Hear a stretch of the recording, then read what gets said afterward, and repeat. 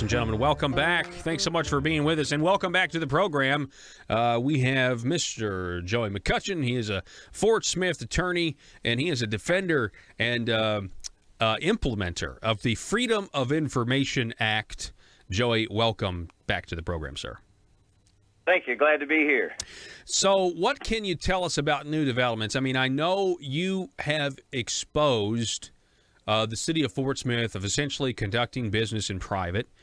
You have also said that you think that this is happening all across Arkansas and government agencies where people are using email to talk about state business or government business without the public's knowledge. Just kind of update us on what got you started and then kind of go to where we are now, please. Well, what got me started, I guess, was the lack of transparency by the Fort Smith School Board when they took away our Southern heritage, when they took away the Fort Smith Southside mascot, and just started looking at local entities and how they were basically doing business without the public's eye on it. Recently, Judge Fitzhugh signed a summary judgment order in which the Fort Smith board was doing their business by secret email. Even more recent, Mansfield was caught with their hand in the cookie jar when they were trying to remove the powers of the mayor, and I sent a FOIA request, and lo and behold, guess what? They were trying to remove powers secretly also, but this time it was by way of text messages. A couple of nights ago, they agreed that they had violated FOIA, and today I expect that Judge Tabor will sign another order stating that Mansfield violated FOIA by secret emails without giving notice to the public. So just in this area alone, there's three FOIA violations with court orders now. And there's no question, Paul, it's happening across the state. Now the city of Fort Smith, in their infinite wisdom, wants to create an email dump where they can go back and forth on these emails and dump them into a repository. And that's a violation of FOIA, too. So if they want to go down that route, unfortunately, it looks like they're going to be making more front-page news because they're going to get sued for a FOIA violation again. Professor Robert Steinbuck has written an opinion on the subject and says that if you're going to have an email dump, then you still have to have proper notice to the public, and the public is entitled to monitor live the email or text message meetings. And so, oh wow, so we need like a live chat going on then. Right. In order for it to be legal, they're going to basically have to have a chat room where they do all their business. That's what you're saying? Yeah. They want to have all these emails and then dump them into a repository. We tried to get on it yesterday, and it takes a computer degree to try to get into it. But irrespective of that, it's a violation of FOIA. And Judge Fitzhugh signed an order that said, don't let it happen again, Fort Smith. And it looks like they're either getting bad advice or want to test my resolve and the citizens of Fort Smith's resolve. So, gosh, I got to think. I mean, listen, I think our Freedom of Information Act is great. And I think when there is no transparency in government, that's when the people's voice, gets diminished. That's when special interests get served. It's where liberty dies. So I really commend you on what you're doing. I bet you there's city employees across the state listening to this thinking, well, what does that mean? Does that mean we can't email? So can you talk a little bit about that? What can they do on email that's not a violation of the Freedom of Information Act? Well, for example, they can send out information. I mean, we're not trying to prevent for example, our city administrator from sending information to the city board where they can look at it. But what we don't want happening is private email discussion. The court has plainly said that we're entitled to not only see the result we're also entitled to know why they're making their decision. I mean, it's pretty clear. It's not rocket science. I mean, just like they couldn't go down to the local McDonald's and have a private discussion after they receive information and vote and do all those things, they can't do that on email either, and they can't do it on text messages.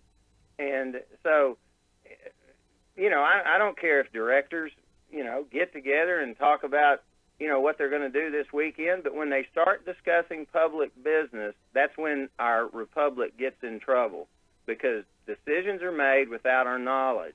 Mansfield was a classic example. They called for the mayor to resign the week before, and I was reading the paper. I'm like, they had to have had a secret meeting. There was just too much uniformity in what they were doing. So the mayor had called me, so I just FOIA'd the documents. Lo and behold, there were all these text messages where they had lined up people to be there. I mean, they had the whole thing staged. They had the votes counted, and a decision had already been made. And so we had a sham public meeting. So did he resign? Did the mayor of Mansfield resign? Gosh, no. He's done. He's fighting on tooth and nail because he loves Mansfield. He's doing the best that he absolutely can for the citizens of Mansfield. And this was a coup. I mean, it was over political disagreements. They don't like the way he's holding folks accountable. And hey, they're taking a cue. They're taking a cue from Peter Strzok and Lisa Page with these secret secret society stuff here, right? I mean, it kind of is. It's like a local deep state, if you will. I mean, it really is. I mean, there's all politics are local, and we need to be keeping an eye on our local community. The sad fact of the matter is, Paul, the establishment wants a rigged system. We see it in tort reform, where they're trying to rig the system, where a jury can never make a meaningful decision again. It's immoral to place a price tag on the value of human life. We also see a rigged system with sovereign immunity, this sovereign immunity decision. Yeah. Where, I mean, my goodness, the Minimum Wage Act no longer applies to state workers. I have to pay minimum wage, but the court has ruled that the state doesn't have to pay minimum wage. I mean, come on. I mean, our Article 2 of our state constitution. That's where the powers. We created government. We the people created government, not the other way around. Mm-hmm. So let's talk about the sovereign immunity decision from 2 weeks ago. There's that part in the Constitution that says the state of Arkansas shall never be made a defendant in any of her courts. It reversed a 90s ruling saying that, the state can be sued if the legislature passes something saying it can be sued. So what about the ruling? I mean, I know substantively we've lost our rights. We had privileges. Now we don't have apparently it was a privilege to sue the people of Arkansas or sue the state of Arkansas. So what do you think about the ruling on the constitutional grounds, and where do we go from here? Well, where do we go from here? Possibly there's really only two routes. One would be a constitutional amendment, and we know how fond the government seems to be. They want to amend away our rights all the time. Yeah. That's what they're doing. It's unfortunate, but I guess I'm philosophically opposed to the principle that the king can do no wrong. Mm-hmm. That decision is inconsistent with Article 2, and as most of the viewers know. And I encourage you to look up our Constitution, particularly Article 2. That's our Bill of Rights, and that decision is inconsistent with our what we call our Declaration of Rights. And to me, that's the most important part of our Constitution. It's inconsistent with, as I said, Section 1. We, the people, establish the government, and the people are the sovereign, and the government is the servant. You look at Article 2, Section 1. Article 2, Section 2. The government was created to protect the rights of the people, not to deny them. You look at Article 2, Section 7, where it says the right to trial by jury shall remain inviolate. So all of these, the Arkansas Constitution has to be considered as a whole, Paul, and that's what we're looking at in this tort reform fight, where they want to take away our rights and shove these caps down our throat, and they're not looking at the entire Constitution. I mean, they don't even consider Article 2, Section 13, nor did this court, when it says that we should obtain justice freely, without purchase, completely, and without denial. I mean, yeah, promptly, without delay. Well, I mean, and you know, the recent, one of the big reasons I don't support what we're going to be voting on this November on the tort reform is because, you know, it's going to give the legislature the authority to set rules of evidence for the judicial branch. That seems like a violation of separation of powers. Let me ask you this. We're talking with Fort Smith attorney Joey McCutchen. You can feel free to go back to the tort reform thing, but you're so familiar with FOIA, Freedom of Information. How do we get the state? Obviously, it looks like we can still get the cities and local governments to comply with freedom of information.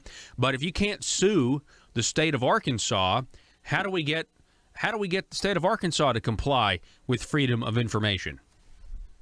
Well, here's what my suggestion will be, and I suspect that after the next election, I suspect that and really feel that I'm going to be asking for a constitutional amendment, or I'm going to ask the legislature to change the law in 2019. And I think that FOIA should apply not only to local folks, but it should also apply to state representatives and state senators. I agree. They're doing a ton of business. And that, you know, while we have the strongest FOIA law, that Republicans, unfortunately, down at Little Rock last session, they tried to gut FOIA, completely gut it. It could have gone from the strongest. Our sunshine laws would have gone to the strongest to the weakest overnight. You know, FOIA is the only way we hold government accountable. And I think there needs to be either legislators. I doubt they'll vote where they have to do their business in public, but so we may have to go to the people and ask the people to pass a constitutional amendment to make FOIA, our sunshine laws, apply to state representatives where they can't go into back rooms and cut deals, which obviously they're doing. They can do that legally now, but it's not right. Back to tort reform, Paul, I agree with you. You know, what's happening down at Little Rock, they're trying to rig the system. And they're doing that with giving rulemaking authority to legislators. Now, we know that it's not being given to the teachers and the farmers and the business folks down at Little Rock who are legislators because it's such a political environment. The rigged system will give all the power to lobbyists, and there will be no rights to the people.